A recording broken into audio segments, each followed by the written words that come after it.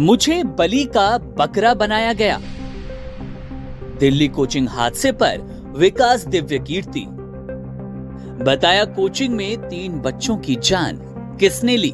एक गलती हुई समझने में, मैं पूरे देश से, पूरे समाज से माफी मांगता हूं कि हाँ वो गलती हुई, आगे वो गलती नहीं। मुझ पर निशाना इसलिए साधा है कि ऐसे मामले में कोई एक बलि का बकरा सबको चाहिए होता है। प्रशासन के लिए आसान हो जाता है कि हम बच गए, एक का नाम लगा दो।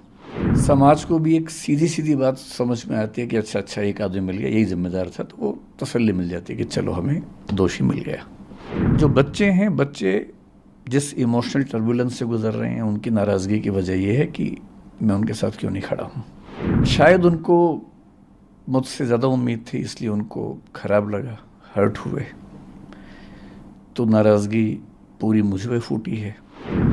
मीडिया ने गुस्सा क्यों किया? क्योंकि चैनल्स को व्यूज़ चाहिए, और जिसके नाम पे व्यूज़ मिलते हैं, अभी तुक्के से पिछले कुछ समय से मुझे व्यूज़ मिल रहे हैं, तो मेरा नाम लिख के गाली देने में व्यूज़ ज़्यादा मिलते हैं, इसलिए मेरा नाम सबसे ऊपर रहता है। मैं जो विनम्र निवेदन करना चाह रहा हूँ कि ऐसा नहीं है कि बारूद के ढेर पर सिर्फ कोचिंग इंस्टीट्यूट्स बैठे हैं, पूरी दिल्ली बैठी है।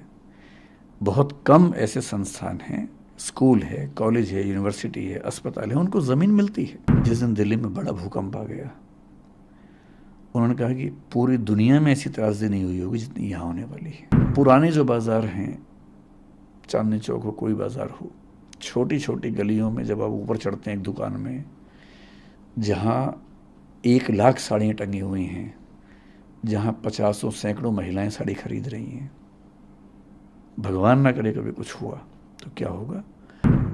दिल्ली का विकास बहुत सिस्टमैटिक सिटी के रूप में नहीं हुआ, चंडीगढ़ की तरह से नहीं हुआ है। 1962 के मास्टर प्लान में उन पुराने इलाकों को एग्जम्पशंस दी गई हैं ताकि वहाँ बिजनेस हार्म ना हो। एग्जम्पशन तो ठीक है, बिजनेस इंटरेस्ट में है, लेकिन जब आग लगती है तो वो एग्जम्पशन नहीं देती। मैं अपने होशो हवास में ये बात कह रहा हूँ कि हमें 3 दिन पहले जो इंसिडेंट हुआ, उसके पहले ये एहसास था कि वो बेसमेंट शायद दिल्ली के सबसे सेफ इंफ्रास्ट्रक्चर्स में से एक है। 3 दिन पहले जो घटना घटी, उसके बाद पहली बार हमें ये रियलाइजेशन हुआ कि कहीं ऐसा भी तो हो सकता है। ये हमारे जहन में कभी नहीं आया था। और मैं एमसीडी का तहे दिल से शुक्रिया करता हूँ कि उन्होंने सीलिंग कर दी है। बेसमेंट को लेके हमें खूब आजकल नाराज़गी है, ठीक है, होनी चाहिए, हम एकदम सहमत हैं कि बेसमेंट सील हो जानी चाहिए, लेकिन दिल्ली की मेट्रो बेसमेंट में चलती है, अंडरग्राउंड ही चलती है। पालिका बाजार बेसमेंट में ही है। दिल्ली के लगभग हर मॉल में बेसमेंट में बहुत बड़े शॉपिंग कॉम्प्लेक्सेस हैं, वहाँ लाखों लोग शॉपिंग करते हैं वहाँ पर, क्योंकि वहाँ की जो बेसमेंट्स हैं ठीक तरीके से बनाई गई हैं।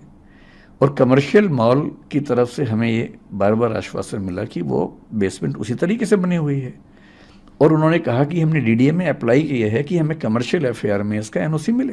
पिछले 3 दिन में जो घटना घटी, उसे देखने के बाद मुझे एहसास है कि ये केयरलेसनेस थी, हमारे दिमाग में बात कभी नहीं आई। और मैं आपके चैनल पर बड़ा खुल के कह रहा हूँ कि परमिशन कभी भविष्य में मिल भी गई तो भी हम बेसमेंट में काम नहीं करेंगे। मैं इसका भरोसा आपको दे रहा हूँ, और मैं चाह रहा हूँ पूरी दिल्ली में एक भी कोचिंग इंस्टीट्यूट बेसमेंट में ना चले, और ऊपर भी चले तो फायर सेफ्टी के साथ।